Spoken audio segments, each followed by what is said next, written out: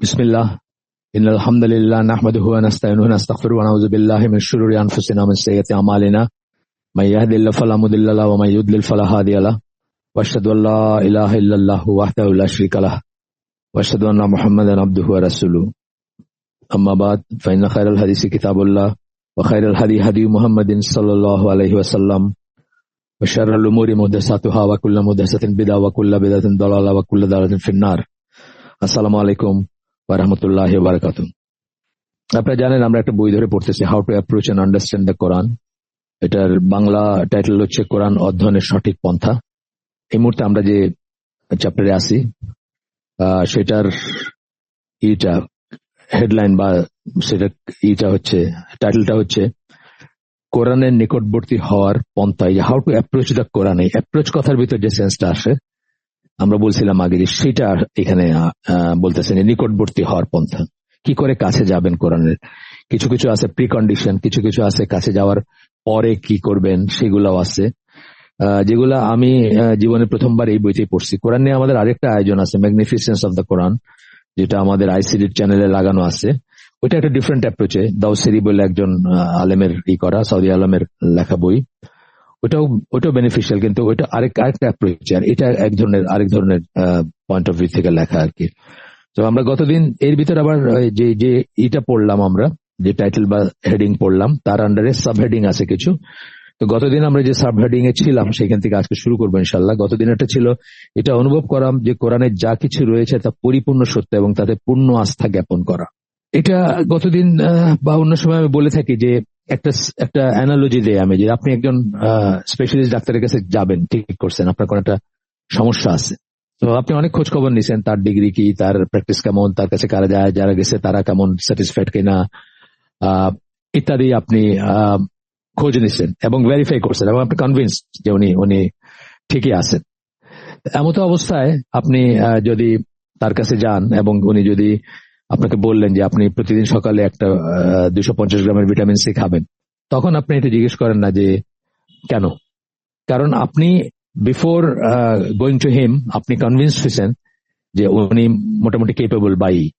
একই কথা ইসলামের বেলায়, কোরআনের বেলায় প্রযোজ্য, যে আপনি ইসলামে প্রবেশ করার আগে অথবা আল্লাহর কাছে সারেন্ডার করার আগে অথবা ইনিশিয়াল স্টেজে আপনি আপনার মনে যত সংশয় সন্দেহ সেগুলো দূর করে কনভিন্সড হবেন যে আল্লাহ আছেন এবং আল্লাহ কোরআন আল্লাহর কাছ থেকে আসছে। যেই জন্য আমরা আপনাদেরকে বলছি যে আমাদের প্রথম দুইটা হালাকা, যে কোনো গ্রুপের সাথে আমরা যখন হালাকা করি, প্রথম দুইটা হালাকা হয় আল্লাহ কি সত্যি আছেন একটা হয়, আর একটা হয় আপনার কোরআন কি সত্যি আল্লাহর কাছ থেকে আসছে কিনা। কারণ এই দুইটা জিনিস যদি আপনি কনভিন্স না হন তাহলে আপনার সামনে যাওয়ার কোনো মানে হয় না। কালকে আমার একটা হালাকা আছে, কালকে না পরশু শনিবারে, এই শেওড়াপাড়া বলে ঢাকায়, ওইখানে একটা হালাকা আছে আমার। ওই কমিউনিটির সাথে আমি এই সেকেন্ড হালাকা হবে এটা, সেখানে আমি কিন্তু আল্লাহ কি সত্যি আছেন এটা নিয়ে কথা বলবো। কারণ এই জায়গায় যদি আপনার কোনো সন্দেহ থাকে তাহলে বাকি কোনো আমল, কোনো ইবাদতের কোনো মিনিং হয় না। অ্যাবসলিউটলি শিওর হওয়া দরকার যে আল্লাহ আছেন এবং আল্লাহর মানে অন্তত ব্রডলি স্পিকিং আল্লাহর সিফাতগুলো সমেত আল্লাহকে বিশ্বাস করবেন। আমরা বলি না ওয়াহু আলা কুল্লি শাইইন কাদির, সবকিছুর উপরে আল্লাহ ক্ষমতাবান। এই ধরনের যেগুলো মানে অ্যাবসলিউট নেসেসিটি, যে এইসব বিশ্বাসগুলো থাকার কিছু আছে, আমরা হয়তো অনেক সময় শুনিও নাই সেই নামটা। সেই নামটা হয়তো ডেইলি লাইফে খুব, অবশ্যই আল্লাহ সব নামই ইম্পর্টেন্ট এবং সব গুণই ইম্পর্টেন্ট, কিন্তু সেটা হয়তো ডেইলি লাইফে আমাদের ইন্টারাকশনে আসে না এটা। কিন্তু যেগুলো একদম আছে, যেমন ধরেন এটা আল্লাহু লা ইলাহা ইল্লা হুয়াল হাইয়ুল কাইয়ুম, হাই এবং কাইয়ুম, এই দুইটা নামের ভিতরে স্কলাররা বলেন যে সব নামের অর্থ মানে সন্নিবেশিত আছে, এই দুইটার ভিতরে কন্টেইন করে আর কি। এইভাবে আর কি, মানে যারা এসেনশিয়াল যেগুলো, সেই নামগুলা এবং সেই সিফাতগুলা সমেত আল্লাহকে বিশ্বাস করা এবং অ্যাবসলিউটলি শিওর হওয়া যে আল্লাহ আছেন। তারপরে হচ্ছে যে কোরআন আল্লাহর কাছ থেকে আসছে, এই জিনিসটা অ্যাবসলিউটলি শিওর হওয়া উচিত বিফোর সারেন্ডারিং টু আল্লাহ, বা বিফোর সারেন্ডারিং মানে যেটাকে আমরা ইসলাম বলতে যেটা বোঝাই। একবার যখন আপনি করলেন, অনেক কিছু আপনার ডাইমেনশন, আল্লাহর ডাইমেনশন আলাদা। আল্লাহর অনেক কথা বা অনেক জিনিসই হয়তো আপনি আপনার হিউম্যান ব্রেন দিয়ে আপনি করতে পারবেন না। যেমন ধরেন একটা আমি বলি যে মুখের উপর হিচড়ায় জাহান্নামে ফেলা হবে, এটা আমরা কল্পনা করতে পারি না যে how is going to happen, মানে জাহান্নামে যাকে নিক্ষেপ করা হবে, মুখের উপরে ড্র্যাগ করে করা হবে। আল্লাহ বলছেন, তাই আমরা বিশ্বাস করবো যে হ্যাঁ এটা আল্লাহ করবেন, বাস আমার এটা এটা যদি আমি নাও বুঝি আমার তাতে কিছু আসে যায় না।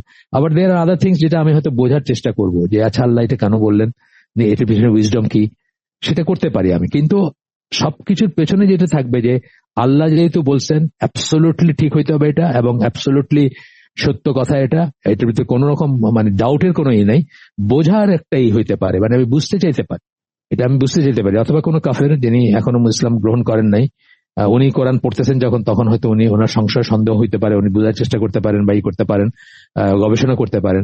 কিন্তু একবার যখন আমরা সারেন্ডার করছি, আমরা আশহাদু আল্লা ইলাহা ইল্লাল্লাহ ওয়া আশহাদু আন্না মুহাম্মাদান আবদুহু ওয়া রাসূলুহু বলছি, তখন কোরআনের সমস্তটুকুকে সত্যি, একটা শব্দতেও আমাদের ডাউট থাকা উচিত না। এবং আপনাদেরকে আমরা বলছি যে একটা হারাকাত, শুধুমাত্র দাম্মাকে ফাতহা বানাইতে চাইছিলেন মুতাজিলারা, সারা দুনিয়ার মুসলমানরা সেটা ই করছেন এবং তাদেরকে রিজেক্ট করছেন, কারণ তাদের বুঝে আসতেছিল না যে আল্লাহ কি করে মানুষের সাথে কথা বলেন। এখানে এই চ্যাপ্টার নাই, সাবহেডিং এর শুরুতে ছিল আর আল্লাহর কথার চেয়ে কার কথা অধিকতর সত্য হতে পারে, এই জিনিসটা আপনার আপনার ব্রেনেই থাকবে যে আল্লাহর কথাটাই হচ্ছে সবচেয়ে সত্যি, অ্যাবসলিউট সত্য আল্লাহ কথা। এবং আল্লাহ হচ্ছেন অ্যাবসলিউট রিয়েলিটি। অনেকদিন আগে বলছি আপনাদের, আল হক আল্লাহর একটা নাম, এই নামের মিনিং হচ্ছে দ্য রিয়েল। আল্লাহ হচ্ছেন অ্যাবসলিউট রিয়েল, আর আমরা হচ্ছে রিলেটিভ রিয়েলিটি, আজকে আছি কালকে নাই। আমরা এই আজকে হালাকায় যারা আছে, এই হালাকায় যারা আছে, তাদের 100 বছর পরে তাদের কেউ থাকবো না এই দুনিয়ায়। আমরা হচ্ছে রিলেটিভ রিয়েলিটি বা রিলেটিভ সত্য, রিলেটিভ বাস্তবতা। আল্লাহ হচ্ছেন অ্যাবসলিউট বাস্তবতা, অ্যাবসলিউট সত্য। যাই হোক, তো এরপরে বলতেছেন যে আমরা যেখানে শেষ করছিলাম তারপরের থেকে পড়ি। কেউ কেউ এই প্রশ্ন রাখেন যে পৃথিবীতে এত মুসলিম থাকতে মুসলিমরা আজ এত নতজানু ও পরাভূত অবস্থায় কেন? এটা ইম্পর্টেন্ট একটা কোয়েশ্চেন। বলছি আপনাদেরকে, আগে কথা বলছি এটা নিয়ে, যে 67 এবং 73 দুইটা আরব ইসরায়েল ওয়ারের পরে বহু মুসলিম ইমান হারাইছেন। বহু মুসলিম মনে করছেন যে আল্লাহ তো বলছেন মুসলিমদেরকে উনি সাহায্য করবেন, নুসরা যেটা আমরা বলি, কোথায় সেটা, কোথায় কই সেই সাহায্য? আমরা তো হায়রা ভূত হয়ে গেলাম ইসের কাছে, ইসরায়েলদের কাছে, কাফেরদের কাছে। আমাদেরকে একেবারে মানে খুবই হিউমিলেটিং ডিফিট হয়েছিল দুইটাই, অনেকে ইমান হারাইছেন। কিন্তু অ্যাট দ্য সেম টাইম অনেক মানুষ ইন্ট্রোস্পেকশন যেটাকে আমি বলি, নিজের ভিতরে তাকায় দেখছেন এবং তারা রিয়েলাইজ করছেন যে আল্লাহ যাদেরকে প্রমিস করছেন যে তারা আল্লাহ নুসরা পাবে, আল্লাহ সাহায্য পাবে, আমরা বোধহয় সেই মুসলিম না। এটা অনেকে রিয়েলাইজ করছে, আমরা সেই মুসলিম না। আল্লাহ যাদেরকে প্রমিস করছেন যে তারা পাবে, মানে আল্লাহ সাহায্য পাবে, আমরা বোধহয় সেই মুসলিম না। তখন থেকে তারা সোল সার্চিং এ লাগছেন এবং সেই সোল সার্চিং এর পথ ধরে তারা আলহামদুলিল্লাহ এখন যে পৃথিবীতে আমরা যে দাওয়াটা দেখি, আহলে সুন্নাত জামাত যে মানে ট্রেন্ডটা দেখি, এটার কিন্তু একটা রিভাইভাল হয়েছে ওই সময়টাতে। একটা হিউমিলেটিং ডিফিটের পরে অনেকে রিয়েলাইজ করছেন যে আমরা সেই মুসলিম না যাদেরকে আল্লাহ প্রমিস করছেন যে সাহায্য করবেন। একইভাবে আপনাদের গতদিন আমরা বলছি বা আগেও বলছি বোধহয়, যে আল্লাহ এই জমিনে আমাদেরকে কর্তৃত্ব দিবেন, তার পূর্ব শর্ত হচ্ছে তাকওয়া। আমরা যেদিন তাকওয়া এবং আমরা যেদিন দুনিয়া বিমুখ হব, আমরা যেদিন দিনকে দুনিয়ার উপরে প্রাধান্য দিব, আমরা যেদিন ওমর রাদিয়াল্লাহু মতো খলিফা হয়েও খেজুর গাছের নিচে মাথার উপরে মানে হাতের উপর মাথা রেখে ঘুমাইতে পারবো, সেদিন দুনিয়া আমাদের প্রধানত থাকবে। আর আমরা যেদিন কার্পেটের উপর, গালিচার উপরে, তাকিয়ার উপরে বসে নর্তকী নাচাবো, সেদিন আমরা কাফেরের পায়ে পায়ে ঘুরবো, এক কাফেরের পা থেকে আরেক কাফেরের পা, মানে লাথি। এখন যে দেখতেছেন না আমাদের দেশগুলোর অবস্থা কি, মুসলিম দেশগুলোর অবস্থা, তারা ঠিক করে দিতেছে আপনি কারে ভোট দিবেন কারে দিবেন না, তারা ঠিক করে দিতেছে আপনি কি বই পড়াবেন কি বই পড়াবেন না। এই যে আজকে আমাদের দেশে বই নিয়ে, টেক্সট বুক নিয়ে এত চিল্লাচিল্লি চলতেছে, এগুলো তো জাতিসংঘের এজেন্ডা। এটা আপনারা হয়তো জানেন না, মানে ওয়ে ব্যাক এটা জাতিসংঘের এজেন্ডা। 1995 সালে আমি এই হালাকায় বলছি কিনা আমার মনে নাই, আমি বেজিং প্রোটোকলের কথা বলি, হিলারি ক্লিন্টন গেছিল, ওই সময়কার এলজিবিটির তো এজেন্ডা, ওই সময়কার এজেন্ডা। তখন সে ফার্স্ট লেডি ছিল, আমি কাউকে বলছিলাম মধ্যে ফরেন মিনিস্টার হয়েছে সে তার পরে, ওই সময় শুধু সে ফার্স্ট লেডি ছিল 1995 সালে, সে এসে গেছিল। তার মানে সে এগুলো প্রপাগেট করছে, এলজিবিটি বা লেসবিয়ানিজম এগুলো প্রপাগেট করছে। এগুলো তো অনেক সুদূর প্রসারী এজেন্ডা। শয়তানের চর যারা, শয়তানের চর এবং শয়তানের হিজবুত শয়তান যাদেরকে আমরা বলি, শয়তানের দল অথবা শয়তানের পূজারী যারা শয়তান উপাসনা করে, শয়তানের ইবাদত করে, তারা এইগুলা যুগে যুগে মানে নতুন নতুন এজেন্ডা নিয়ে আসবে। এটা যাবে আরেকটা আসবে, এটা যাবে আরেকটা আসবে। এগুলো নতুন কিছু না, কিন্তু কমেল লুতের কথাই বলেন বা আরো আগের কথা বলেন, এগুলো কিন্তু বারবার হিস্ট্রিতে ঘুরে ফিরে আসছে, আবার আসবে আবার আসবে। এর ভিতর দিয়ে আপনারা আমাকে, এখন হয়তো ফিতনাটা অনেক বেশি, আমরা যেহেতু গ্লোবাল ভিলেজ, কালকে একটা পর্নোগ্রাফি আমেরিকা রিলিজ হলে আজকে ঢাকার জিঞ্জিরার কোনো বাচ্চা হয়তো 10 বছরের বাচ্চা তার মোবাইল ফোনে দেখতেছে। এগুলো হচ্ছে টেকনোলজির নতুন নতুন নতুন ফিতনা আসবে, কিন্তু এই ধারাটা কিন্তু অনেক পুরানো। কারণ আপনাদেরকে বলছি যে শয়তানের একটা টার্গেট হচ্ছে আদম এবং আদম সন্তানদেরকে জাহান্নামী করবে, যাদের জন্য সে জাহান্নামী হয়েছে। আর আমাদের একটা এবং একটা মাত্র টার্গেট হচ্ছে আমরা যে কোনো মূল্যে জান্নাতে যাবো ইনশাআল্লাহ। সেটার জন্য যা করতে হয় আমরা করব। তো বিশ্বাসীদের সাহায্য এইখানে বলতেছেন, আমার যে কথাটা আমি বলে ফেলছি সেটা বলতেছেন, তারা যুক্তি দেখাবেন যে বিশ্বাসীদের সাহায্য করবেন বলে আল্লাহ পবিত্র কোরআনে অঙ্গীকার করেছেন। ট্রু, আল্লাহ অঙ্গীকার করছেন, ওয়াদাবদ্ধ আল্লাহ। অথচ কই আল্লাহর তরফ থেকে তাদের জন্য সেই সাহায্য বিজয় আসছে না।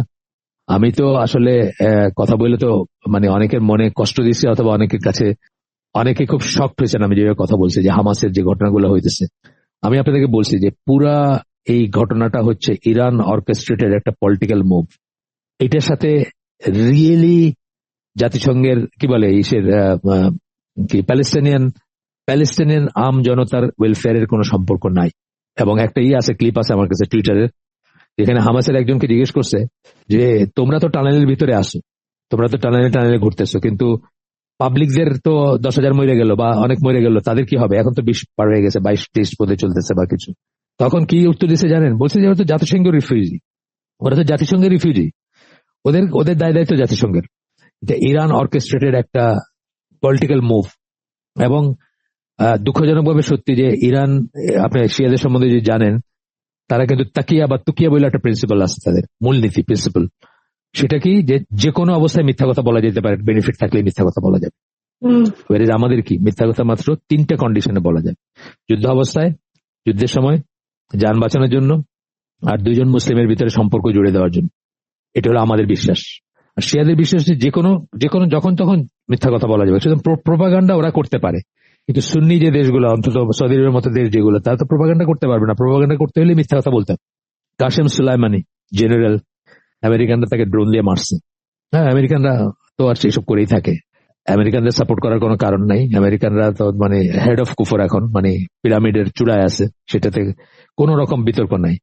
বাট সেই কাসেম সুলাইমানিকে শহীদ বলে ডিক্লেয়ার করছে হামাস, এবং তার গায়েবী জানাজা পড়ছে, মসজিদ আকসাতে পড়ছে, অন্য জায়গায় পড়ছে। সেই কাসেম সুলাইমানি কি বলছিল জানেন? যে সে যদি মক্কা মদিনা দখল করতে পারে কখনো, তাহলে কবর থেকে আয়েশা রাদিয়াল্লাহু আনহার ডেড বডি উঠে আসে তাকে দৌড়া মারবে ব্যভিচারের জন্য। আমরা আসলে গরু খাওয়া মুসলমান। আমরা খুব অল্পতে উত্তেজিত হয়ে মানে জিন্দাবাদ লাগাই আর কি। আমরা প্রোয়েক্টিভ না, আমরা রিয়েক্টিভ, রেপটিলিয়ান ব্রেন আমাদের। নজবিল্লাহ, আমি মানে দুঃখই বলতেছি এটা, আপনাদের মানে দোষারোপ করে বলতেছি না। আমাদের ব্রেনটা হচ্ছে রেপটিলিয়ান ব্রেন। রেপটিলিয়ান ব্রেন কোনটা? সাপের ব্রেনটা যেমন রেপটিলিয়ান ব্রেন। সাপ কিন্তু আপনি তার পাশে পাড়া মারছেন, ধরেন আপনি হাইটে যাচ্ছেন অন্ধকার রাত্রে, ধরেন তার 1 ফিট দূরে আপনি পা রাখছেন, সে কিন্তু কোনো চিন্তা করবে না, না করে আপনাকে একটা ছোবল দিয়ে দিবে। কারণ তার মাথায় চিন্তা করার শক্তিটা দেন নাই আল্লাহ। সে মনে করবে আপনি তার শত্রু, অথচ আপনার কোনো আইডিয়াই নেই যে এখানে একটা সাপ আছে। এই জন্য আমরা রেপটিলিয়ান ব্রেন বলি, রিয়েক্টিভ ব্রেন যেটা। আমাদের ব্রেন গুলো হচ্ছে রিয়েক্টিভ ব্রেন। আমরা জিন্দাবাদ দেওয়ার সময় এক মুহূর্তে চিন্তা করি না। আজকে প্রোডাক্ট পিসের কথা বলতেছে, আমরা তো 2001 সালে প্রোডাক্ট বয়কট করছি।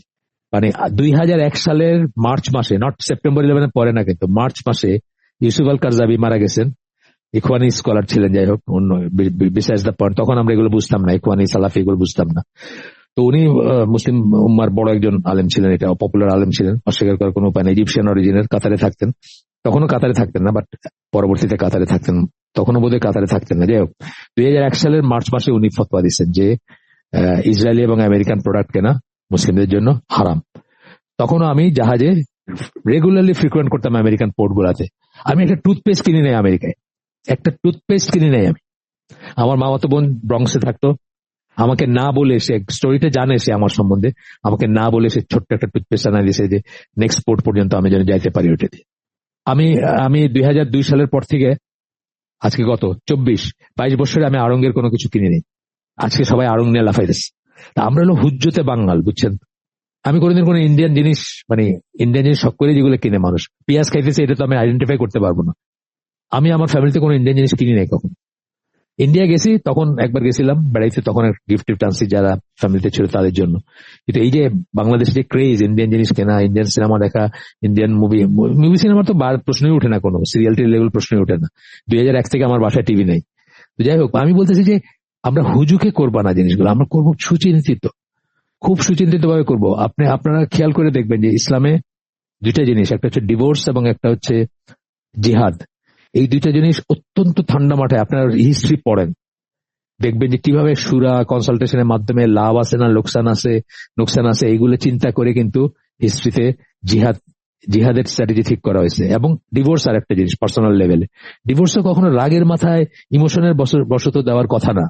যে সিস্টেম সুন্নাহ বা যেটা শুদ্ধ তরিকায় যে মানুষকে ডিভোর্স, একজন হাজবেন্ড তার ওয়াইফকে ডিভোর্স করবে, সেটা কিন্তু অনেক অনেক রেজলিউট একটা জিনিস, মানে অনেক সুচিন্তিত একটা ব্যাপার। এটা রাগের কোনো ব্যাপার না, এটা ইমোশনের কোনো ব্যাপার না। বাংলাদেশের গ্রামে দেখা যায় আসছে ধান খেতে কাজ করে আইসা ভাত চাইছে, বলে যে ভাত নাই, চাল নাই ঘরে, চাল আনতে হবে, বাস আগে কইলে না কেন বলে চালা কাটতে দুইটা বাড়ি দিয়ে ডিভোর্স দিয়ে দিল। এটা কিন্তু ডিভোর্সের তরিকা না। জিহাদের ব্যাপারটা সেম। আপনাদেরকে বলছি এখানে বলে আগে যে খালিদ বিন ওয়ালিদ সাইফুল্লাহ তার উপাধি। কিভাবে সাইফুল্লাহ হয়েছিলেন উনি জানেন আপনারা? কিভাবে সাইফুল্লাহ উপাধি পাইছিলেন উনি? মোতার যুদ্ধে গেছিলেন। মোতার যুদ্ধে পরপর 3 জন ফ্ল্যাগ বিয়ারার মারা গেছেন, জায়েদ বিন হারিসা, তারপরে জাফর বিন আবু তালেব। তো তখন আপনার উনি মুসলিম, ওনাকে মানুষ বলছে যে আপনি করেন, উনি তো বড় যোদ্ধা সবাই জানে, আপনি আমাদের নেন, মানে দায়িত্ব নেন, মানে আমির। তো উনি একটু হেজিটেট করছেন, তারপরে আরেকজন বয়স্ক সাহাবী বলার পরে উনি সেটা নিছেন। উনি কি করছেন জানেন? উনি ওই রাত্রে, একটা রাত ছিল রেস্টের, মানে রাত্রে তো যুদ্ধ হইতো না, অন্ধকারের ভিতরে যুদ্ধ হইতো না সাধারণত। ওই রাত্রে উনি এমন একটা অ্যারেঞ্জমেন্ট করছেন যাতে কাফেররা মনে করে ওনার রিইনফোর্সমেন্ট হয়েছে, মানে আরো নতুন আসছে, মানে আওয়াজ শব্দ টব্দ এমন ভাবে সৃষ্টি করছেন করে রাতের আধারে উনি ওনার বাহিনী নিয়ে ওইখান থেকে পালাইছেন। তার কারণ উনি নিশ্চিত জানতেন যে ওইখানে থাকা মানে সবার মৃত্যু হবে। মানে নিশ্চিত জানতেন বলতে মানে পসিবিলিটির কথা, প্রবাবিলিটির কথা বলতেছি, মানে যুদ্ধের ময়দানে আমরা যা জানি সেই হিসাব। উনি ওখান থেকে পালাইছেন। উনি যখন মদিনায় আসছেন ওনার বাহিনী নিয়ে, সব মানুষজন ওই সময় তো মানে পালায় আসা মানে এটা তো খুব এমনি আরবদের ভিতরে স্পিরিট গুলা ছিল, আর মুসলমানদের ভিতরে আরো থাকার কথা। সবাই তারা ধুয়ো দিছে খালিদ বিন ওয়ালিদকে। আল্লাহ রাসূল সাল্লাল্লাহু আলাইহি ওয়াসাল্লাম শাউট করে বলছেন যে তাকে ধোয়া যেন না দেয় কেউ, এবং উনি ওই সময় তাকে সাইফুল্লাহ উপাধি দিচ্ছেন, বিকজ ওইটা একটা স্ট্র্যাটেজিক রিট্রিট ছিল to save the lives of soldiers under him. আমরা এগুলো বুঝি না, আমরা এগুলো পড়ি না, আমরা এগুলো জানি না। আমিরের দায়িত্ব হচ্ছে তার আন্ডারে যারা থাকবে, যে সাধারণ জনগণ, তাদেরকে সার্বিক নিরাপত্তা দিবে, তাদের ঢাল হিসাবে সে কাজ করবে।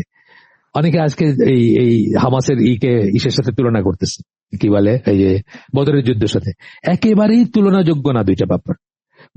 বদরের যুদ্ধ হয়েছিল দুইটা কম্ব্যাটেন্ট আর্মির ভিতরে, যুদ্ধ হয়েছিল। তারা বউ বাচ্চা হসপিটাল নিয়ে যান না ওখানে, 22,000 বা 23,000 সিভিলিয়ান মারার কোন স্কোপ দেন নাই তারা। দুইটা কম্ব্যাটেন্ট আর্মি মুখোমুখি হয়েছে, হ্যাঁ 3:1। তখনও পর্যন্ত 10:1 হিসেবে আমাদের যুদ্ধ করার কথা। আল্লাহর এক্সপেকটেশন ছিল, আল্লাহর চাহিদা ছিল সেটা, আল্লাহ সেটা চাইছেন যে 10:1 হলেও পৃষ্ঠ প্রদর্শন করা যাবে না। সেখানে 3:1 ফাইন, মানে এটা এটা এটা খুব গর্বের কথা, বীরত্বের কথা, সব ঠিক আছে, কিন্তু এটা কম্পারেবল না এখানে সাথে। এখানে ইসরায়েলের সাথে কি আপনার 10:1? আপনি তো 100:1 না, 1000:1 না। আপনি প্রভোকেট করবেন কেন? এই যুদ্ধ প্রভোক করবেন কেন? এইটা হচ্ছে কথা, আর কি বোঝার ব্যাপার আছে। দেখেন আমাদের বড় স্কলার যারা সৌদি আরবের বলেন, আমাদের দেশের বলেন, তারা কিন্তু এই লাইনটাই নিচ্ছেন। আবু বকর জাকারিয়া ওনারা তো সব ইহুদির দালাল, ইসরায়েলের দালাল বলে গাল দিয়ে শেষ, ইন্টারন্যাশনাল সৌদি আরবদের সব গাল দিয়ে শেষ। কিন্তু তারা জিনিসগুলো জানেন যে এটার যুদ্ধেরও ফিক আছে, জিহাদের ফিক আছে, আত্মরক্ষার ফিক আছে, বিদ্রোহের ফিক আছে, তারা এগুলো জানেন। এই জন্য তারা ইমোশনের বেসিসে না গিয়া, মানে যেটা করণীয়, আল্লাহ রাসূল কি করতে বলছেন, একটা অবস্থায় কি করণীয়, সেটা দিয়ে তারা বিচার করেন সবকিছু।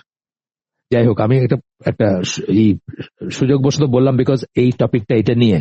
অথচ কই আল্লাহর তরফ থেকে তাদের জন্য সেই সাহায্য বিজয় আসছে না। আমি তো বলবো মানে সাংঘাতিক ইমান প্যালেস্টাইনিয়ান গণসাধারণ যারা, তাদের এই অবস্থায় তারা, আমি দেখছি বাচ্চা মরতেছে, সে আলহামদুলিল্লাহ বলছে, সাংঘাতিকই। এবং আমার মেয়ে আমাকে বলছে যে আব্বা আমাদের কোনো কিছু নিয়ে জীবনের কোনো দিন কমপ্লেন করা উচিত না। ওই অবস্থায় তারা যদি আলহামদুলিল্লাহ বলতে পারে, আমরা যা কিছু গেছে আমাদের জীবনে, পাস্ট, প্রেজেন্ট এবং আলহামদুলিল্লাহ যদি ফিউচারেও আসে কিছু, আমরা কোনোদিন আমাদের কোনো অভিযোগ করা উচিত না যে আমাদের এইটা নাই ওইটা নাই। আসলেও কিন্তু তাই কোরআনে আল্লাহ বলেছেন। কিন্তু আপনাকে কি বিশ্বাস করতে হবে যে কোরআনে আল্লাহ যা বলেছেন তার সবটুকু সত্য? এ ব্যাপারে যার পূর্ণ আস্থা নেই, এরকম কারো কাছ থেকে এই ধরনের প্রশ্ন উত্থাপিত হবে। এরকম ওই যে যা বললাম যে মানুষ ইমান হারাই ফেলছে অনেকে, অথবা এমন কারো তরফ থেকে যিনি কোরআনের লিপিবদ্ধ নীতিমালার সুচারু রূপ সম্বন্ধে ওয়াকিবহাল নন, যে জানে না যে এই যে শর্ত আছে, নুসরা পাওয়ার, সাহায্য পাওয়ার শর্ত আছে। যেভাবে আমি বললাম যে আপনি জমিনে কর্তৃত্ব লাভ করবেন, সূরা নূরের 55 নম্বর আয়াত 55, 24-55, জমিনে কর্তৃত্ব লাভ করার পূর্ব শর্ত হচ্ছে তাকওয়া। আপনি আমাদের তাকওয়ার অবস্থা দেখেন, আমাদের দিনের অবস্থা দেখেন। কোরআনে কোথাও আল্লাহ বলেননি যে যারা কেবল নিজেদের বিশ্বাসী বলে দাবি করবে, মানে জাস্ট আমি ক্লেম করলাম যে আমি এ বিলিভার, এই দাবি করলেই তারা আল্লাহ সাহায্য করে ফেলবেন, এটা না, এটা বলেন নাই আল্লাহ কোথাও। বরং তাদের জন্য বিজয় নির্ধারণ করার পূর্বে তাদের ঈমান ও আল্লাহর পথে কোরবানি করার ব্যাপারে তাদের সদিচ্ছা যাচাই করতে তাদের পরীক্ষা করা হবে, তাদেরকে টেস্ট করা হবে। তারা যদি সেই টেস্ট উতরায় তাহলে তাদেরকে সাহায্য করা হবে। যারা কাসেম সুলাইমানিকে শহীদ বলে ডিক্লেয়ার করে, যারা গায়েবী জানাজা পড়ে, তাদের তো ওয়ালাল বারার কনসেপ্টটাই নাই। আল ওয়ালা আল বারা, ওয়াল বারা যেটা বলি, ইসলামের শত্রু মিত্র কাকে যাবে, কাকে শত্রু কাকে মিত্র ভাববেন, পুরা জিনিসটা ইরানিয়ানদের একটা এজেন্ডা। এখন তো আমাদের কিছু করার নেই, এখন আমাদেরকে প্যালেস্টাইনদের পাশে দাঁড়াইতে হবে, প্যালেস্টাইনের গণসাধারণ পাশে দাঁড়াইতে হবে। আপনি তো ইহুদি সাপোর্ট করলে তো আপনার ইমান থাকবে না। আপনি ইহুদি খ্রিস্টানকে যদি মুসলমানের কাছে সাপোর্ট করেন, আপনার তো ইমান থাকবে না, ইমান বিনষ্টকারী বিষয়। এখানে এইটার কোনো প্রশ্নই আসতেছে না। কিন্তু এই যে আমাদের এতগুলা জনসাধারণ মারা গেল, এটার দায় দায়িত্ব কার? এটার একটা অংশ, এইটাই আব্দুল আজিজ বিন বাজ এবং শেখ বাজমুল বলছেন, তাদের ফতোয়া আমি পড়ে শোনাইছি। ওই যেখানে মসজিদের সিদ্দিকে আমাকে জিজ্ঞেস করছিল মানুষজন, তারা কি বলছেন, যে যদি আমরা আমাদের সামর্থ্য না থাকা সত্ত্বেও প্রভোগ করি এবং তারপরে যদি এইভাবে মানুষ মারা যায়, এই মানুষজন মরার একটা দায় দায়িত্ব আমাদের উপর আসবে, সেটা বলছেন তারা। এটা হচ্ছে বড় বড় স্কলারদের, মানে তাদের তাদের আল্লাহ যে দৃষ্টি দিয়েছেন সেটার সেই অন্তর্দৃষ্টি বা ইনসাইট যেটা দিয়েছেন সেটা দিয়ে তারা বোঝেন এগুলা। আমরা বুঝি না, আমরা তো, আমাদের ব্রেন হচ্ছে রেপ্টিলিয়ান ব্রেন, আমরা রিয়েক্ট করতে জানি, আমরা প্রোয়েক্টিভ না। তাদের বিজয় নির্ধারণ আছে গেল, সে ব্যাপারে আল্লাহ অঙ্গীকার করেন পরীক্ষা করা হবে, পরীক্ষায় উতরাইলে আপনাকেই করা হবে, আপনার জন্য আপনাকে সাহায্য করা হবে। আল্লাহ আনকন্ডিশনালি বলেন না যে আপনি খালি কইলেন আমি মুসলিম আর আপনারা সাহায্য করবেন না। আপনার গল্প ছলে বলতেছি, এটা হচ্ছে ডেনমার্ক এর কোথাও একটা বেয়াদবি করছিল না, ডেনমার্কে কোনো কার্টুন টার্টুন বা এই ধরনের কিছু একটা সময়, তখন বিএনপি জামাত পাওয়ারে, আমি একটা মসজিদে নামাজ পড়তে যেতাম, যেটা বড় মসজিদ, জামাতিদের মসজিদ, যেতাম, এটাতে বড় কংগ্রিগেশন, সেই জন্য আমি জামাতের লোক বললেন না। তো এখানে একদিন জুমার আগেই ডিক্লেয়ার করা হলো যে ফরজ নামাজ পড়ে কেউ সুন্নতের নিয়ত করেন না। কেন?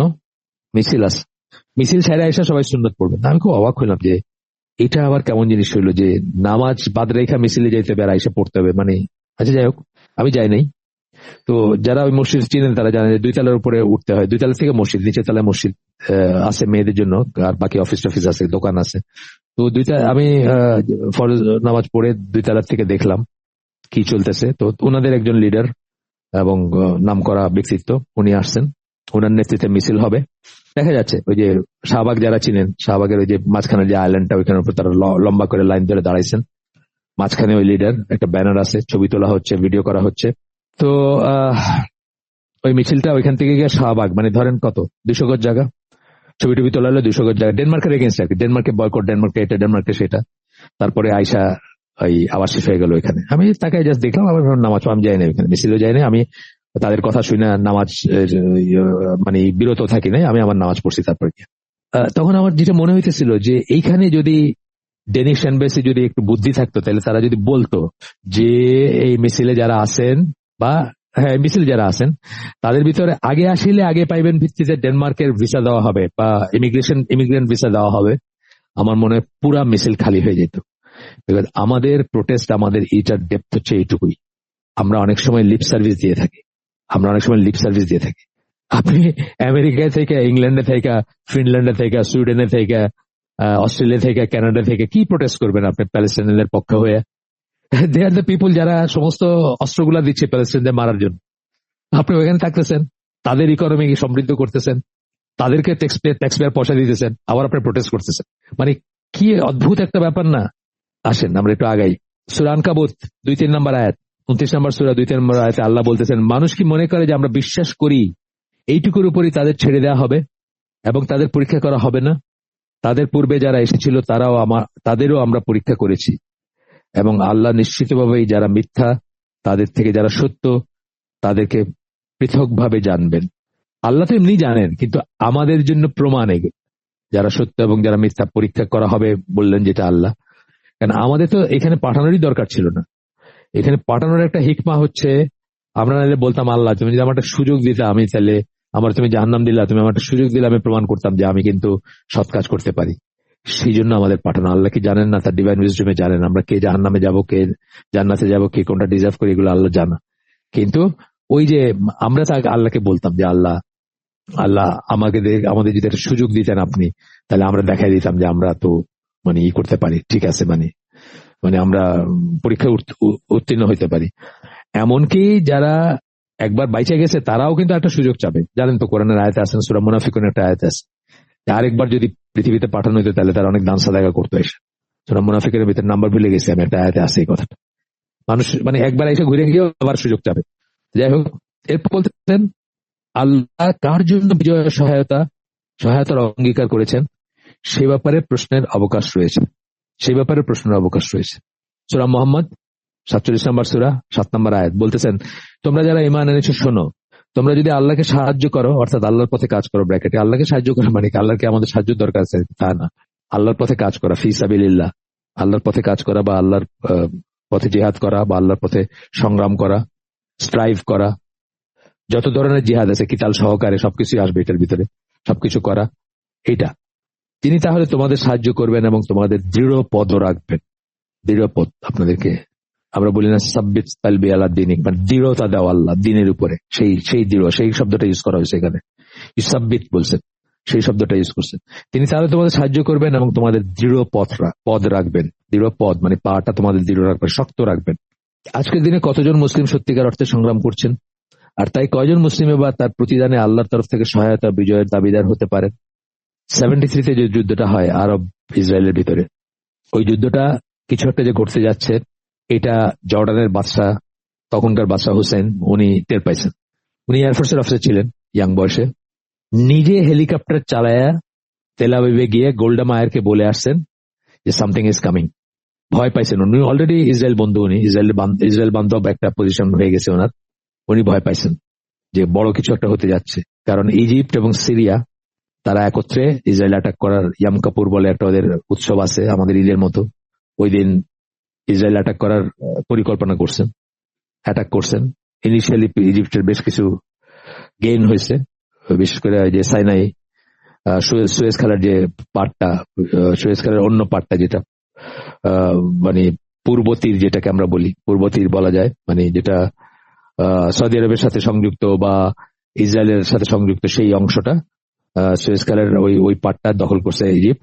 এবং তারপরে সিরিয়ার সাথে অনেক রকম আন্ডারস্ট্যান্ডিং ছিল, কিন্তু একটা গেইনের পজিশন গিয়ে পট করে তারা যুদ্ধ বন্ধ করে দিল, এবং তারপরে ইসরায়েল তো সিরিয়াকে ইচ্ছা মতো সাইজ করছে আর কি পরে। এই হচ্ছে আমাদের ইমানের অবস্থা। এর জন্য নুসরা আসবে, কেন আসবে বলেন? ইয়াসির আরাফাতের গল্প তো আপনি জানেনই, যিনি প্যালেস্টাইন লিবারেশন অর্গানাইজেশন পিএলও, সেটার যিনি লিডার ছিলেন, ওই ইহুদি বিয়ে করছেন, ওনার অবস্থা জানেন, ওনার লাইফস্টাইল কি ছিল ভালো করে জানেন, আপনারা একটু পড়াশোনা করলেই জানবেন। ওনার নুসরা কেন আসবে? এই পলিটিক্যাল কারণে তো নুসরা আসবে না, রিলিজিয়াস কারণে নুসরা আসবে। রিলিজিয়াস হিসেবে যখন আপনি আল্লাহর জন্য, ইসলামের জন্য, দিনের জন্য দিনদার হয়ে যখন চেষ্টা করবেন, সংগ্রাম করবেন, তখন আসবে ইনশাআল্লাহ। বাট পলিটিক্যাল মুভ আপনার যেগুলো আছে সেগুলোর জন্য নুসরা কেন আসবে? কয়জন মুসলিম এবার তার প্রতিদানে আল্লাহর তরফ থেকে সহায়তা বিজয়ের দাবিদার হতে পারেন? এই প্রশ্নের উত্তরই দেখিয়ে দিবে যে ইমানদারদের বিজয় প্রদানের ব্যাপারে আল্লাহর অঙ্গীকার সত্য, অথচ আল্লাহর কাছ থেকে বিজয় মদদ লাভ করার জন্য যে শর্তগুলো পূরণ করার কথা ছিল মুসলিমরাই সেগুলো পূরণ করছেন না। কোরআনে কোন বিশ্বস্ত ও সতর্ক পাঠক, কোরআনের কি বললেন? বিশ্বস্ত বললেন আর সতর্ক বললেন। বিশ্বস্ত মানে সিনসিয়ার। একটু আগে আমরা পড়ে আসছি না, কোরআনকে কথা বলতে দিতে হবে, সেই জন্য আমরা নিজে প্রিঅ্যাজিউম, এই চ্যাপ্টারে আগে পড়ে আসছি আমরা, প্রিঅ্যাজিউম নোশন নিয়ে, ধারণা নিয়ে যেন আমরা কোরআনের কাছে না যাই। আমরা যেটা শুনতে আমাদের ভালো লাগে সেটা খুঁজতে যেন কোরআনের কাছে না যাই। কোরআনকে কথা বলতে দিতে হবে।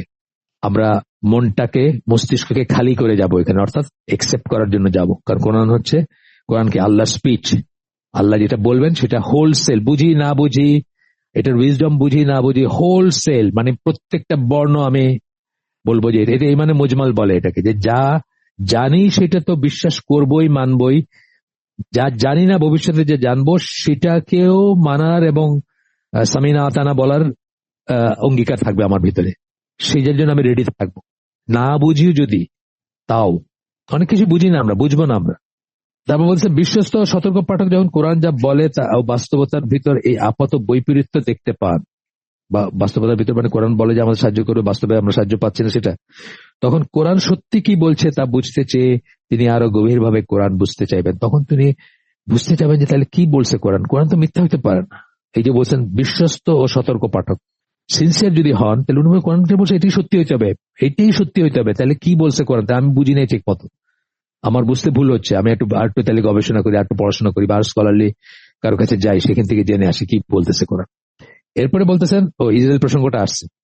ইসরায়েল ইহুদিদের অবস্থা চিন্তা করলে কেউ যুক্তি দেখাতে পারেন যে তা স্পষ্টত এই সম্বন্ধে কোরআনের বক্তব্যের বিরুদ্ধে যায়, যেখানে আল্লাহ বলেন ইহুদিরা যেখানেই থাকুক তাদের উপর তাঁবুর মতো লজ্জা ছড়িয়ে থাকে, লজ্জা ছড়ায় থাকে তাদের উপর তাঁবুর মতো, অর্থাৎ নিগৃহীত একটা জাত। এটা তো এগেইন এন্ড এগেইন হিস্ট্রিতে দেখছেন, মানে কতবার তাদেরকে কত জায়গায় কত কত বেজ্জতি কত কিছু সেই আছে, যাই হোক। কিন্তু ওই আয়াতের বাকিটুকুর ব্যাখ্যা কি? এই একই আয়াত, এটা সূরা আলী ইমরান 112 নম্বর আয়াত। এই আয়াতের বাকি অংশটাতে আল্লাহ কি বলতেছেন? কেবলমাত্র যখন তারা আল্লাহ এবং অন্য জনগোষ্ঠীর সাথে চুক্তিতে আবদ্ধ থাকবে তখন ছাড়া। আল্লাহর সাথে চুক্তিতে আবদ্ধ থাকা মানে আল্লাহর এইগুলা মেনে চলবে, আর অন্য জনগোষ্ঠীর সাথে চুক্তিতে থাকবে। এখন তারা আমেরিকার সাথে চুক্তিবদ্ধ, ওয়েস্টের সাথে চুক্তিবদ্ধ, সেই অবস্থায় তারা নড়াচড়া করতেছে একটু। আর আল্লাহর সাথে চুক্তি ধরেন অর্থোডক্স জু যারা, অর্থোডক্স ইহুদি যারা, আমি নিজে শুনছি তাদেরকে বলতে যে আমাদের কোনো হোমল্যান্ড থাকবে না, সুতরাং এই ইসরায়েল থাকবে না, এটা ধ্বংস হয়ে যাবে। আল্লাহ বলছেন আমরা যাযাবর থাকবো, আমরা যাযাবর থাকবো, আমাদের কোনো থাকবে না, আমাদের কোনো হোমল্যান্ড থাকবে না।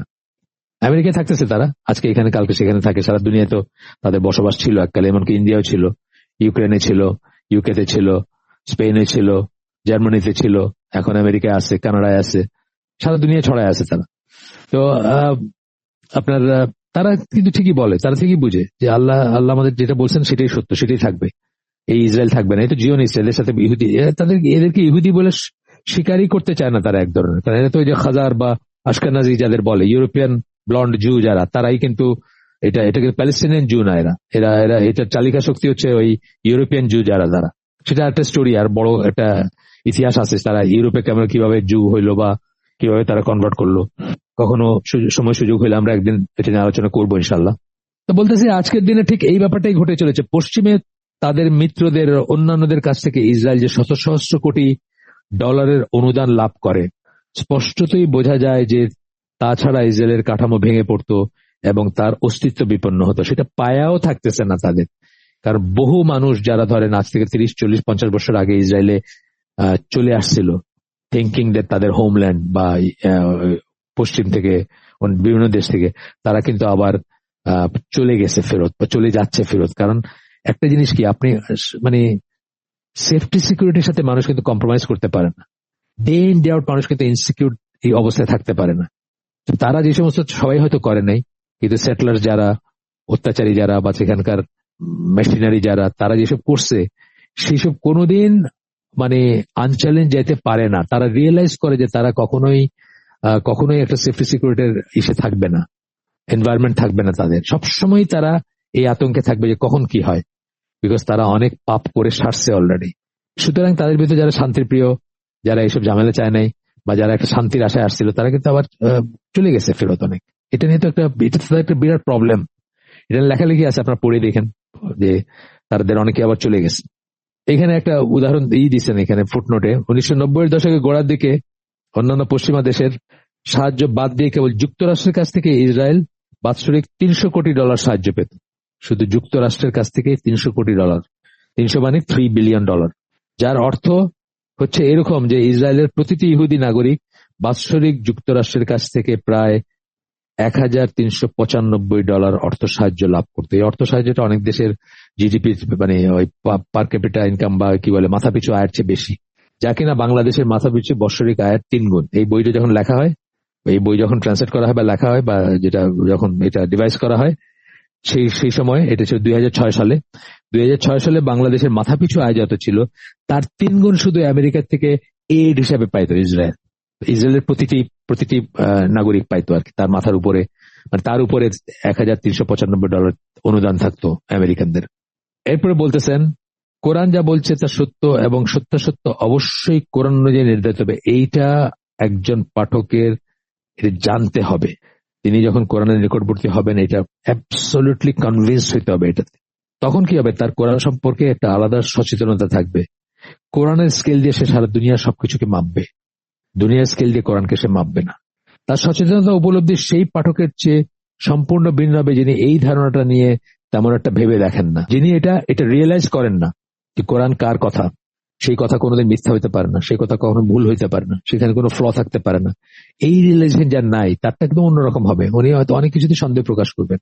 আমি ওই যে সূরা তারিকের শুরুতে যে এইগুলো আছে, কথাগুলো আছে, সেগুলো নিয়ে আমি মুসলমান ডাক্তার মহিলাকে বলছি যে এটা দেখছি পাকিস্তানি অরিজিনাল ডাক্তার মহিলা। একসময় এটা নিয়ে গবেষণা করছিলাম এটা নিয়ে। তো তখন যত সূত্র যতক্ষণ থেকে এটা নিয়ে পড়া যায় চেষ্টা করছি পড়তে। তো তখন দেখছি যে মুসলমান ডাক্তার মহিলা উনি বলতেছেন এটা সত্যি হতে পারে না, এটা এই থিওরি ভুল। ইয়াখরুজু মিন বাইনিস সুলবি ওয়াত তারাইব যে কথাটা আছে, ওইখানের কথা বলতেছেন যে এটা ভুল। মুসলমান মহিলা বলতেছে। তার কারণ কি? এই কারণ ওটা সত্যি হইতেই হবে। উনি এমন কোন মিনিং দেওয়া যাবে না যাতে এটাতে কোন রকম অসঙ্গতি দেখা যায়। সেই মিনিংটা নিতে হবে যেটা সঙ্গতিপূর্ণ, এবং সেটা দিয়ে আপনার এটা একটা সুন্দর একটা আছে, মানে কেন এই কথাটা আল্লাহ বলছেন সেটা খুব সুন্দর একটা এক্সপ্লেনেশন আছে, এবং সেখানে আপনাকে দেখাই দিলে আপনি বুঝবেন যে আরে এটাই তো ঠিক, এই কথাই সত্য, এটাই ঠিক। এই প্রথম কথা হলো যে মহিলা বা যারা মুসলমান যারা মানে এই জিনিসটাকে অস্বীকার করেন বা ভুল বলেন, তারা প্রথমত কোরআন জানেন না, দ্বিতীয়ত দিনও জানেন না, এবং কোরআনের অর্থ, কোরআনের তফসির, কোরআন কি সেগুলো সম্বন্ধে তাদের বদারই না। তারা ওই আউট অফ কনটেক্সট একটা জায়গা কেউ তাদেরকে বলছে বা শোনা হচ্ছে, এটা তো ঠিক না, বা শেষ। তার সচেতনতা উপলব্ধি সেই পাঠকের চেয়ে সম্পূর্ণ ভিন্ন হবে যিনি এই ধারণাটা নিয়ে তেমন একটা ভেবে দেখেন না। কোন ধারণাটা নিয়ে? যে কোরআন যা বলছে তা সত্য, এবং সত্যাসত্য অবশ্যই কোরআনের অনুযায়ী নির্ধারিত হবে। মানে কোরআন যেটা বলছে সেটাকে সত্য ধরে বাকিটুকু কাজ করবে না। প্রথম শ্রেণীর পাঠক কেবল এইটুকু জানেন যে কোরআন যা বলছে তার সবটুকুই যে সত্য তা নয়, বরং তিনি এটাও উপলব্ধি করেন যে তার পারিপার্শ্বিক জগতেও কোরআন যেমনটা বলছে ঠিক তেমনটাই ঘটে চলেছে। কোরআন যেটা বলছে এটা সত্য যে তাই না, শুধু তার পারিপার্শ্বিক জগতেও কোরআন যেটা বলছে সেই মতোই ঘটে চলছে। অর্থাৎ যখন যেহেতু আল্লাহ নুসরা আসতেছে না, তাহলে বুঝতে হবে যে আমরা সেই মুসলমান না, আমাদেরকে কারেক্ট করতে হবে, মানে নিজের ভেতরে তাকাইতে হবে। এই জন্য আমরা ইসলাম প্রতিষ্ঠা, ইসলামী রাষ্ট্র প্রতিষ্ঠা, ইসলামী শাসনতন্ত্র প্রতিষ্ঠা, যত রকম কথাবার্তা আছে বড় বড় কথা, সেগুলোর ব্যাপারে আহলে সুন্নাহ ওয়াল জামাআহ বা বিশেষ করে আরো যারা আমাদের মানে মেইনস্ট্রিম আলিম যারা আছেন, তারা যেটা বলেন যে তুমি তোমার ওই যে আমরা নবীদের দাওয়াতি নীতি যে বইটা দিচ্ছি এখানে, methodology of the prophets in calling to Allah, এই বইটা একটা মাস্টারপিস, আমার জীবনে একটা টার্নিং পয়েন্ট। সবাই পড়বেন। এখনো যদি কারো এসব নিয়ে জানার ইচ্ছা থাকে উনি পড়তে পারেন। এটা পড়লেই বুঝবেন যে এই পৃথিবীতে যেভাবে চলতেছে, যেসব জিন্দাবাদ দিতেছি আমরা, যেগুলাতে চিকা মারতেছি, ওয়ালে পোস্টার দিতেছি আর প্রোটেস্ট করতেছি লন্ডনের পথে বা নিউ ইয়র্কের পথে, এগুলা রিয়েলিটি না, আসলে এগুলা হচ্ছে সুডো রিয়েলিটি। আসল রিয়েলিটি কোয়াইট ডিফারেন্ট আর কি। তিনি এটা উপলব্ধি করেন যে তার পারপার্শ্বিক জগতে যেটা মানে যা ঘটতেছে সেটাও কোরআন অনুযায়ী ঘটতেছে, তাই তার চারপাশে কি ঘটছে তা তিনি বোঝেন, আর কোরআনের এই গভীর জ্ঞানের উপর ভিত্তি করেই তিনি কর্মপন্থা নির্ধারণ করেন এবং সেই মতো কাজ করেন। তিনি কোরআনের অনুযায়ী তার কর্মপন্থা ঠিক করেন, কাজ করেন। তিনি বুঝেন যে না, সবকিছু ঠিকই আছে। এরপরে আমরা একটু আগাই। একজন স্কলার কথা বলতেছেন, আল রাওয়ি, এই বিষয়ে বলেন যে বিশ্বাসীদের অবশ্যই নিজেদের উপর এবং তাদের দিনের উপর এই আস্থা থাকতে হবে যে তারা যে ধরনের সমস্যারই সম্মুখীন হন না কেন, আধুনিক অথবা পুরাতন, তার সবকিছুরই সমাধান আল্লাহর দিক নির্দেশনার মাঝে খুঁজে পাওয়া যাবে। সবকিছুর সমাধান, যে কোনো সমস্যার সমাধান আছে ইসলামের। এটারই আরেক ভাষায় আমরা বলি যে ইসলাম আল্লাহ রসুলের জীবদ্দশায় কমপ্লিট। সূরা মায়দা 3 নম্বর আয়াত, যেটা বিদায় হজের মাঠে নাজিল হয়, সেখানে আল্লাহ বলছেন যে আজকের দিনে আল্লাহ আমাদের জন্য আমাদের দিনকে কমপ্লিট করে দিয়েছেন, ইসলামকে আমাদের দিন হিসেবে নির্ধারণ করছেন এবং আমাদের উপর তার ফেভার কমপ্লিট করছেন। ওই দিনে ইসলাম কমপ্লিট, আল্লাহ রসুলের জীবদ্দশায় ইসলাম কমপ্লিট। কমপ্লিট যখন বলতেছি তখন সমস্ত প্রবলেমের সলিউশন ইসলামের ভিতরে আছে, শরিয়ার ভিতরে আছে, either Quran or Sunnah or both, এইভাবে আছে। সেটা যে সমস্যাই হোক। বাস্তবে কিছু মুসলিম বিশেষত গত কয়েক শতাব্দী ধরে কোরআনের শিক্ষার ব্যাপারে হাল ছেড়ে দিয়েছেন, কোরআন শিক্ষার ব্যাপারে, কোরআনের শিক্ষার ব্যাপারে হাল ছেড়ে দিয়েছেন। তারা মনে হচ্ছেন আজকাল আর চলে না, বা এটা আজকাল আর অ্যাপ্লিকেবল না। বাস্তবে কিছু মুসলিম বিশেষত গত কয়েক শতাব্দী ধরে, এই কয়েক শতাব্দী বললাম, কয়েক শতাব্দী বলতে কি 67, 73 দুইটা যুদ্ধ, তারপর থেকে নিয়ে কোরআনের শিক্ষার ব্যাপারে হাল ছেড়ে দিয়েছেন এবং আজকের পৃথিবীতে জীবনযাপন করার সর্বোত্তম উপায় খুঁজে বের করতে বিকল্প উৎসের সন্ধান করছেন। Secular humanism, democracy, capitalism, socialism, communism, এগুলোর ভিতরে এইগুলোর ভিতরে সন্ধান করতেছেন জীবনের আনসার, জীবনের আনআনসার্ড কোয়েশ্চেন যেগুলো, সেগুলোর আনসার ওখানে সন্ধান করতেছেন। নজবিল্লাহ। তারা কোন একটা পর্যায়ে পর্যন্ত হয়তো এখনো কোরআনে বিশ্বাস করেন, কিছু কিছু পর্যায়ে বিশ্বাস করেন, আচ্ছা ঠিক আছে, বিয়ের ফতোয়া বা মিরাসের ফতোয়া বা এই ধরনের জিনিসপত্র, মিথ্যা কথা বলল না, এই পর্যন্ত ঠিক আছে কোরআন। কিন্তু জীবন এর সবকটা ক্ষেত্র আমরা কি বলি, দিন ইসলাম সম্বন্ধে আমরা কি বলি, ওয়ে অফ লাইফ বলি না? সকালে ঘুম থেকে উঠে রাত্রে আবার ঘুমাইতে যাচ্ছেন, এর ভিতরে যত কিছু করতেছেন, যত স্টেপস আছে লাইফের, প্রত্যেকটাতে ইসলামের সে আছে, প্রত্যেকটার ব্যাপারে ইসলামের সে আছে এবং সেটা মেনে চলার ব্যাপার আছে। ইভেন মান্ডেন জিনিসগুলো, সেক্রেট তো আছে, মান্ডেন যেগুলোকে মনে করি আমরা, যেগুলো মানে অত্যন্ত অত্যন্ত দৈনন্দিন ব্যাপার আর কি, একেবারে সাধারণ ব্যাপার মনে করি আমরা, সেগুলোতে ইসলামের সে আছে। আপনি আপনার নেইবারের সাথে কি করে কথা বলবেন, সেটাতে ইসলামের সে আছে। আপনার নেইবারের সাথে কি, আপনার ঘরে পোলাও রাঁধতেছেন, পাশের ঘরে বাসায় গন্ধ যাচ্ছে, সেটাকে আপনার শেয়ার করা উচিত, সেই ব্যাপারে ইসলামের সে আছে। আপনি কাকে বিয়ে করবেন, সেই ব্যাপারে ইসলামের সে আছে। আপনি চাইলে যাকে তাকে বিয়ে করতে পারেন না, মানে ইত্যাদি ইত্যাদি, অন এন্ড অন বলতে পারবো। কমপ্লিট কোড অফ লাইফ বলেন বা কমপ্লিট ওয়ে অফ লাইফ বলেন, তো সেটা আর বিশ্বাস করেন না অনেকে। যারা এইভাবে দেখেন তারা মনে করেন আচ্ছা ঠিক আছে, যে ব্যাপার, মাটির নিচের ব্যাপার যেগুলা, মরলে কেমনে জানাজা হবে, কেমনে কবর দিবে, আচ্ছা এগুলো ঠিক আছে, কিন্তু আমি ব্যবসা করব, এখানে সুদ ছাড়া কি কোনো ব্যবসা করা যায়, দুনিয়া এখন কি সম্ভব, এলসি খোলা যায়, তো এখন আর এটা কাজ করে না, এইভাবে কিন্তু অনেকে মনে করেন। তসলিমা নাসরিন তো বলছে কোরআন কারেক্ট করা উচিত, কোরআনে অনেক সমস্যা আছে, মানে রিফর্ম করা উচিত, রিভাইজ করা উচিত, নাজবিল্লাহ। কিন্তু পূর্ণভাবে সেটাকে বিশ্বাস করতে ব্যর্থ হন। পূর্ণভাবে বিশ্বাস করতে বলতে কি বোঝাচ্ছি, এভরি ডট, প্রত্যেকটা নোক্তা পর্যন্ত বিশ্বাস করতে হবে যে এটা ঠিক বা এটা সত্য, এটা আল্লাহর কাছ থেকে আসছে। তা নাহলে আপনি এটা আবার কাজ করে নিজের ইমানকে ঠিক করে নিয়ে তারপরে ইবাদত বন্দেগী করতে শুরু করেন। কোরআন যা বলে তার প্রতিটি কথাই সত্য এবং পৃথিবীতে যত পরিবর্তনই ঘটুক না কেন সেগুলো সবসময় সত্য থাকবে, মানে কোরআনের কথাগুলো সত্য থাকবে। এইভাবে কোরআনে বিশ্বাস স্থাপন করতে তারা ব্যর্থ কারা? এই যারা মডার্নিস্ট, রিফর্মিস্ট যারা। আপনারা জানেন আল্লামা ইকবাল, যাকে আল্লামা আমি বলি না, আল্লামা মানে মানুষে বলে আর কি, তো উনি তো ফিলোসফার ছিলেন। ফিলোসফিতে ইসলামের যে প্রধান শত্রু গুলার একটা ফিলোসফি ছিলেন এবং উনি একাধারে লুই বার্কসন, মুসোলিনি এবং গেটে, উলফগ্যাং গেটে, জার্মান কবি, এই সবাই খুব অনুসারী ছিলেন। আবার জালালউদ্দিন রুমির অনুসারী ছিলেন, যা কিছুর ব্যাপার আর কি সব। তো উনার সবচেয়ে বড় যে কাজটা, সেটার নাম হচ্ছে reconstruction of religious thought in Islam. আপনার কিছু মনে হয় যে এখানে সমস্যা আছে? মনে হয় সমস্যা আছে। সৌদি আরবে এই জন্য ব্যান্ডেড। উনি রিলিজিয়াস থটকে রিকনস্ট্রাক্ট করতে চাইছে, রিভাইজ করতে চাইছে, এবং একটা পর্যায়ে উনি সাজেস্ট করছেন যে ইউনিভার্সে একটা লিভিং এন্টিটি, মানে প্রকৃতিবাদীরা বলে না, প্যান্থিজম বলে একটা কথা শুনছেন, প্যান্থিজম, বাংলায় বলি আমরা সর্বেশ্বরবাদ। সবখানে আল্লাহ আছে, সবকিছুর ভিতরে আল্লাহ আছেন, আমার ভিতর, আপনার ভিতর, কুকুরের ভিতর, ছাগলের ভিতর আল্লাহ আছেন, সর্বেশ্বরবাদ। লালন ফকির, রবীন্দ্রনাথ যেটা বিশ্বাস করত, লালন ফকির সর্বেশ্বরবাদী, রবীন্দ্রনাথ সর্বেশ্বরবাদী, জালালউদ্দিন রুমিও সর্বেশ্বরবাদী। তো ইকবাল সেটা থেকে আরেকটু আগে গেছেন, আগে গিয়ে বলতেছেন যে ইউনিভার্সাল লিভিং, এটাকে বলে প্যানেন্থিজম, ওটা প্যান্থিজম, এটা প্যানেন্থিজম বল। তো সেই ইকবালকে কিন্তু আমাদের দেশে জুমার খুতবাতে কোট করা হয়, দেখেন নাজবিল্লাহ। মানে মানুষের এখান থেকে বুঝেন যে আমাদের দিনের অবস্থা কি করুণ অবস্থা আমাদের। আমরা ইবন রুশদের নামে স্কুলের নাম রাখি ঢাকায়, স্বনামধন্য ইসলামিক স্কুল আবেরস, অথচ আমরা জানি না ইবন রুশদ এমন একজন ফিলোসফার ছিলেন যার কথা সত্য ধরতে হলে আল্লাহ রসুলকে মিথ্যাবাদী বলতে হবে। আমাদের অবস্থা এইরকম। এবার এইখান থেকে, এই পয়েন্ট থেকে আমরা জিন্দাবাদ করি, এইটা ব্যান করো, এটা বয়কট করো, এখানে এটা করো, ইসরায়েল খায় ফেলো, মাইরা ফেলো, ধ্বংস করো, ধ্বংস হোক, এইসব নলেজের উপর বেস করে আমরা বলি। ইসরায়েলকে মোকাবেলা করতে হবে রিলিজিয়াস পয়েন্ট অফ ভিউ থেকে, রিলিজিয়াস মানুষ করবে মোকাবেলা, রিলিজিয়াস বলে যারা ইমানের বলে বলিয়ান হবে তারা করবে মোকাবেলা। ইসরায়েল বলে না, ইসলামের যে কোনো শত্রুকে। আপনি পাকিস্তান, ইন্ডিয়ার কথা আমি পড়তেছিলাম যে এক মহিলা লিখছে, পশ্চিমা দেশের মহিলা, এখন না, বেশ কয়েক বছর আগে, মানে আপনি যে ওই যে ওয়াগা সেক্টর আছে, দেখছেন নাকি কখনো জানি না, ওয়াগা বলে একটা সেক্টর আছে, ওই বর্ডার, ওইখানে দেখবেন একটা গেট আছে, দুই পাশে কি সব ড্রিল করে বর্ডার গার্ড যারা আর কি, ওদের পাকিস্তানি বর্ডার গার্ড যারা, ওইটার কি নাম, রেঞ্জার্স নাকি জানি বলে, ইন্ডিয়ান যারা ওই বিএসএফ, তারা ওইখানে পতাকা উঠায় এবং করে, মানে তার ভাবসাব দেখলে মনে হয় একজন একজনে খাইয়ে ফেলবে, মানে এইরকম বৈরিতা। তো মহিলা বলতেছেন যে রাত্রে হইলে আর কোনো বর্ডার থাকে না, সবাই একসাথে বলিউডের কনজিউম করতে থাকেন, মুসলমান হিন্দু নির্বিশেষে, ইন্ডিয়ান পাকিস্তান নির্বিশেষে। এই পাকিস্তান ফাইট করতে পারবে কোনোদিন ইন্ডিয়ার সাথে? কোনোদিন পারবে না, কখনোই পারবে না। কারণ তাদের শয়নের স্বপনে, চিন্তায়, জাগরণে তারা ওদের মতো হইতে চায়, ওই সিনেমার শাহরুখ খান বা ওদের মতো হইতে চায়, মাধুরী দীক্ষিত বা যেগুলো আছে, নায়ক নায়িকা যেগুলো আছে, নতুন গুলোর নামও জানি না, ওইগুলোর মতো হইতে চায়। কোনোদিন পারবে তারা যুদ্ধ, কোনোদিন পারবে না। তাদের ব্রেন সোল্ড আউট অলরেডি, তাদের মস্তিষ্ক সোল্ড আউট।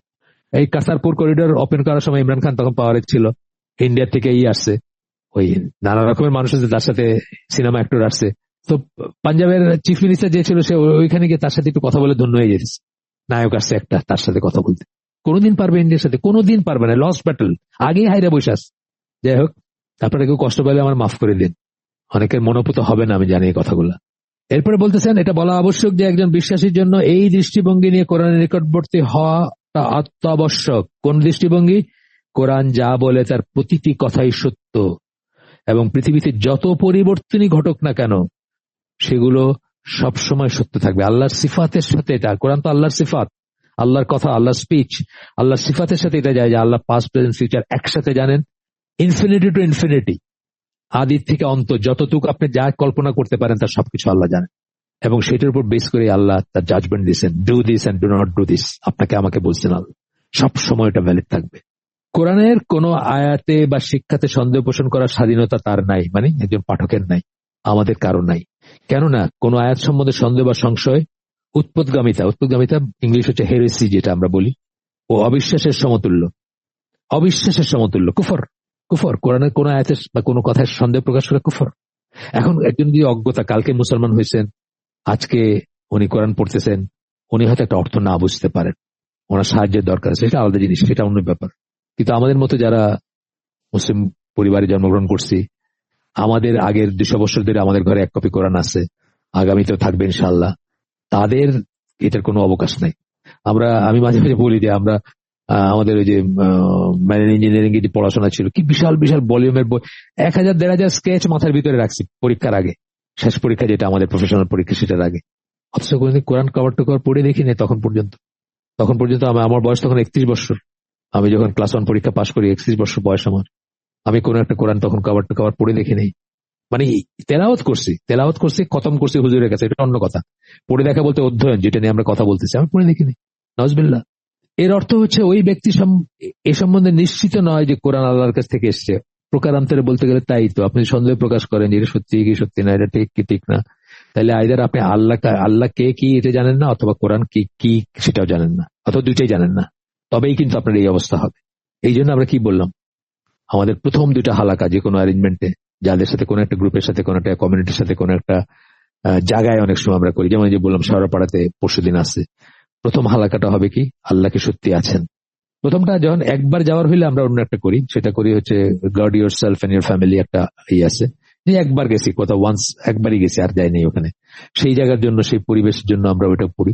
আর যেখানে আমি বারবার যাব বা চান্স আছে একাধিকবার যাব, সেখানে আমরা কিন্তু এটা চুজ করি, কোরআন কি সত্যি। প্রথমটা হলো আল্লাহ কি সত্যি আছেন, অ্যাবসলিউট শিওর হওয়ার চেষ্টা করি বা করার চেষ্টা করি। 2 নম্বরটা হচ্ছে কোরআন কি সত্যি আল্লাহর কাছ থেকে আসছে কিনা, এই দুইটা। এবং এই দুইটার নিহিতার্থ হচ্ছে আশহাদু আল্লা ইলাহা ইল্লাল্লাহ ওয়া আশহাদু আন্না মুহাম্মাদান আবদুহু ওয়া রাসূলুহু, এটাও বলি আমরা। কোরআন সত্যি আল্লাহর কাছ থেকে যদি আসছে, আপনি বিশ্বাস করেন, তাইলে আপনি জানেন যে কোরআন বলতেছে ইনি রসুল, সত্যিকার রসুল, তাহলে তো আপনি রসুলকে মানবেন। অথবা আরেক সাইড থেকে এই প্রপোজিশনটার আরেকটা সাইড হচ্ছে যে আপনি রসুলকে যদি সত্যিকার রসুল মনে করেন, তাহলে উনি বলতেছেন এই কোরআন সত্য, তাহলে কোরআন সত্যি আল্লাহর কাছ থেকে আসছে। যেটাই করেন আপনি, দুইটার মিলিত ফলাফল হচ্ছে আশহাদু আল্লা ইলাহা ইল্লাল্লাহ ওয়া আশহাদু আন্না মুহাম্মাদান আবদুহু ওয়া রাসূলুহু। এরপরে বলতেছেন যে এটা গ্রহণযোগ্য না, কেউ পূর্ণ নিশ্চয়তা সহ জানবেন যে কোরআন আল্লাহর কাছ থেকে আসা সত্য, পূর্ণ নিশ্চয়তা, যেমনটা প্রায় কোরআনে উল্লেখ করা হয়েছে, যালিকাল কিতাবুল লা রাইবা ফীহি, বা এই ধরনের কত অনেক অনেক কথা আছে, এসেও আছে, সূরা সাজদার শুরুতে আছে, সূরা সাজদার শুরুতে এই কথা, সেম সিমিলার কথা আছে। তাইলে কি বলতেছেন, কোরআন আল্লাহর কাছে, যেমনটা প্রায় কোরআন বলছে, আসলে তিনি সত্যিকার অর্থে বিশ্বাসী নন, অথবা আর কি, মানে তা যদি না মনে করেন আপনি, তাহলে আপনি বিশ্বাসী না, আপনি ডিসবিলিভার অথবা নন বিলিভার, অথবা হাফ কাফের, ফুল কাফের, যাই হোক একটা কিছু। একইভাবে কারো এই অধিকার নেই যে পবিত্র কোরআনে তার যেটুকু পছন্দ, এটা তো হয়তো বারবার বলছেন কোরআনে বা ইসলামিক আলোচনায় আসে, যেটুকু পছন্দ হয় সেটুকু তিনি বিশ্বাস করবেন। আল্লাহ বলছেন না যে বিচারটা যদি তাদের পক্ষে যায়, তাহলে তারা খুব খুশি মনে সেটাই করে, কিন্তু তার পক্ষে না গেলে তারা মানতে চায় না। এইটাই এই একই কথা, আরেকভাবে বলা আর কি। যেটুকু পছন্দ সেটুকু তিনি বিশ্বাস করেন, আর যেটুকু তিনি সন্দেহ পোষণ করেন অথবা অপছন্দ করেন, মানে তার যেটা তার বিরুদ্ধে যায় যে জাজমেন্টটা, সেটুকু তিনি এড়িয়ে যান। যারা মিউজিক পছন্দ করেন তারা কোরআনে যে মিউজিককে শয়তানের ভয়েস বলা হয়েছে এটা বুঝতে চান না, বলে যে না কিন্তু সরাসরি বলে নাই, শয়তানের ভয়েস বলছেন আল্লাহ ঠিকই, কিন্তু কই মিউজিকের কথা কি সরাসরি বলেন নাই তো, বা একটা একটা কিছু বলবেন। যারা স্লিভলেস পরে হাঁটতে চান তারা বলবেন যে কোরআনে কি আল্লাহ বলছেন নাকি, যে আল্লাহ বলছেন যে যেটুকু স্বাভাবিকভাবে দেখা যায় সেটুকু দেখানো যাইতে পারে। তা আমাদের দেশের সংস্কৃতি অনুযায়ী স্লিভলেসটাই স্বাভাবিক, সুতরাং স্লিভলেসে কোনো সমস্যা নেই। এটাকে বলে, অনেক মুসলিম বলে। এটা বড় একজন মারা গেছেন, আমি নাম বললাম না, থাক নাম বললাম না, এই জন্য আল্লাহ তাকে মাফ করে দেন, বড় মডার্নিস্ট একজন স্কলার, কনভার্টেড মুসলিম বউ ছিলেন, বোমা কোথায় জানি বোমা করে ইসরায়েলে মারছে তাকে, আমেরিকায় থাকতেন কিন্তু মিডল ইস্টে কোথাও বোধহয় মারছে তাকে। উনি তো বলছেন যে মানে যা স্বাভাবিকভাবে দেখা যায় বলতে বোঝাইছেন আল্লাহ যে যে দেশে আপনি আছেন সেই দেশে যদি আমেরিকায় থাকলে মিনিস্কার স্বাভাবিক, ওইটাই পর্দা, ওইটার চেয়ে বেশি করার দরকার নেই, কথা বলছেন মুসলমানরা বলছে। তোমরা কি তাহলে কিতাবের একটি অংশ বিশ্বাস করো এবং বাকিটুকু প্রত্যাখ্যান করো? যারা এরূপ করে পার্থিব জীবনে তাদের একমাত্র পরিণতি লাঞ্ছনা, তারা লাঞ্ছিত হবে। এই যে আমরা লাঞ্ছিত হইতেছে এখন, ইসরায়েলের ছোট্ট একটা দেশ পিঠায় লাশ বানাই দিতেছে আমাদেরকে, লাঞ্ছিত হইতেছে আমরা। তার কারণ আমরা যেভাবে বিশ্বাস করা উচিত আল্লাহকে, কোরআনকে, সেভাবে আমরা বিশ্বাস করি না। পার্থিব জীবনে তাদের একমাত্র পরিণতি লাঞ্ছনা, আর কিয়ামতের দিন তাদেরকে কঠোরতম শাস্তির দিকে পৌঁছে দেওয়া হবে।